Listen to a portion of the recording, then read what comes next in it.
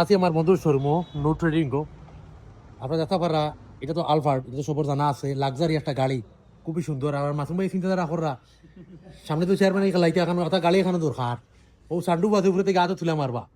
এখন এই গাড়ি কেন অত দাম খানে বা এই গাড়ি লাক্সারি গাড়ি হয় এগুলো মানে কিতা কিতা আছে বা না আছে, কতটুকু আরামদায়ক গাড়ি আমরা একটু দেখি দেন গাড়ির ভিতর খান। আর আমার বন্ধু এখন তেন হইবা গাড়ি সম্পর্কে একটু খোবা। এটা টয়োটা আলফার্ড এক্সিকিউটিভ লাউঞ্জ সর্বোচ্চ হাই গ্রেড, ওটা জেবিএল সাউন্ড সিস্টেম আছে, প্যানোরামিক ভিউ সানরুফ, মুন্ডুক আছে, আর সিটিং পজিশন তো ঠিক আছে, কত সুন্দর বা। সিট হিটার আছে, সিট কুলিং আছে। ও তুমি ঘুমাই ঘুমাই যাও, কোনো অসুবিধা ঘুমাই নেই, দিতে হবে। মানে লং ড্রাইভর লাগে ঠিক আছে। বাঙ্গার রাস্তাত গেলে মনে করেন লড়িব গাড়ি, না না, এটা কোনো লাইনও নাই। টয়োটার মাঝে সর্বোচ্চ লাক্সারি কার। আইসেল ভাই বলিউডের সব স্টার হলে ও গাড়ি ইউজ করে। Right right.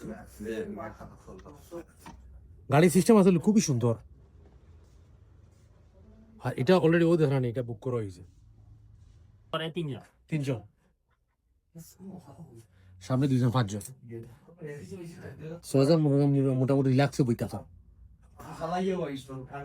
গাড়িতে কত মায়া লাগে না, আরো গাড়ি আছে ও দেখেন। কেউ সাইন যদি মনে আপনার চয়েসের কোনো গাড়ি থাকে ডাইয়ের মনে আপনার জাপান থেকে আনতাম, তাও আনতে পারবো, অসুবিধা। আর বাইও জাপান তা হয়, তাইনও জাপান তা এটা সাসপেনশন কোয়ালিটি অনেক ওটা টাকাত গেলে বোঝা হয়ে যায় না।